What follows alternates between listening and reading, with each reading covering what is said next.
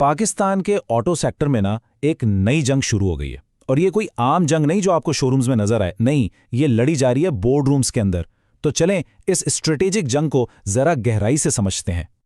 Social media पे तो हर तरफ यही शोर है कि बस नए चीनी ब्रांड्स आएंगे, उनके फीचर्स बेहतर होंगे और सैमसंग का काम तमाम। लेकिन सच पूछें तो ये बात इतनी सादा है नहीं। ये तो बस ऊपर ऊपर की कहानी है। देखें, असल मुकाबला उन बड़ी बड़ी स्क्रीन्स का या लॉन्च इवेंट्स के धूम धड़ाके का है ही नहीं। असल कहानी कुछ और है और वही हमें समझनी है। तो ये कोई नए मॉडल के लॉन्च की स्टोरी नहीं है, इसको एक वॉर गेमिंग एक्सरसाइज समझें। हम इसमें आगे जाके देखेंगे कि किसके पास क्या साख्ती फवायद हैं, उनके बैटल प्लान्स क्या हैं और इस मार्केट में जीतने के लिए असल में क्या चीज़ ज़रूरी है। ओके, तो इन कंपनियों को आपस में कंपेयर करने से पहले ये समझना बहुत ज़रूरी है कि ये लड़ाई हो कहाँ रही है, क्योंकि पाकिस्तान की ऑटो मार्केट एक बहुत ही मुनफरिद, एक बहुत ही चैलेंजिंग मैदान जंग है। आप दूसरी तरक्की याफ्ता मार्केटों को देखें, वहाँ चीज़ें मुस्तहकम होती हैं, लेकिन पाकिस्तान का ऑटो सेक्टर बिल्कुल अलग है।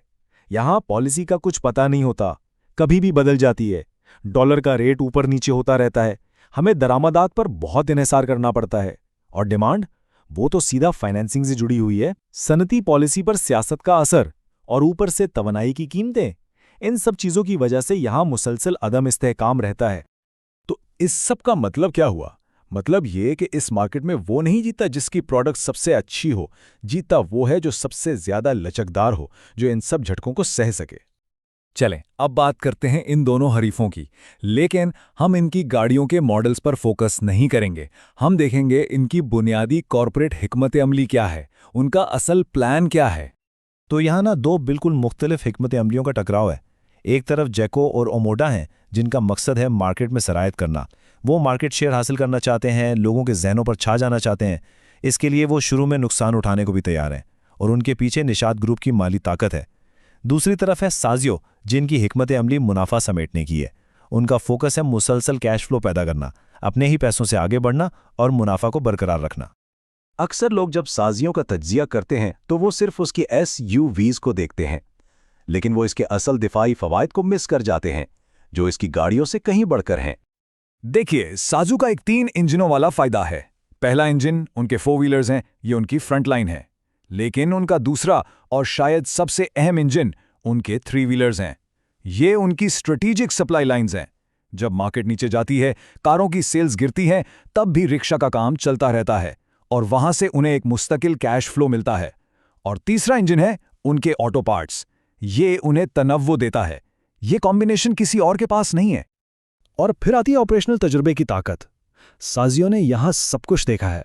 फॉरेन एक्सचेंज का गिरना, दरामदात का बंद हो जाना, पॉलिसियों का रातों रात बदल जाना, डिमांड का अचानक गिर जाना, ये सब कुछ झेल चुके हैं। इनके अंदर बहरान से निपटने का एक इदारा जाती तजर्बा बन चुका है। ये एक ऐसी खामोश ताकत है जिसको नए आने वाले अक्सर कम समझते हैं। तो सवाल यह है कि इस लंबी थका देने वाली जंग में वो कौन सी असली चीजें हैं जो लंबे अरसे तक चलने वाला फायदा देती हैं? असल दिफा किया है। इसीलिए ज़रूरी है कि हम हकीकी मजबूतियों और आर्जी मजबूतियों में फ़र्क करें। देखें, लॉन्च का शोर, शुरू के बेहतरीन फीचर्स, ब्रांड का नयापन, ये सब आर्जी चीज़ें हैं। असल यानी हकीकी मजबूतियाँ क्या हैं? सरमाए का नज़्म ज़ब्त यानी पैसे का सही इस्तेमाल, अलग अलग ज़राए से कैश फ्लो, मुश्किल हालात में काम करते रहने की सलाहियत और एक ऐसी मैनेजमेंट जिसने पहले भी मार्केट के उतार चढ़ाव देखे हों। ये वो चीज़ें हैं जो सालों साल चलती हैं। अच्छा, अब अगर हम इस जंग के मुमकिन नताइज को देखें, 3 मंजरनामे बन सकते हैं।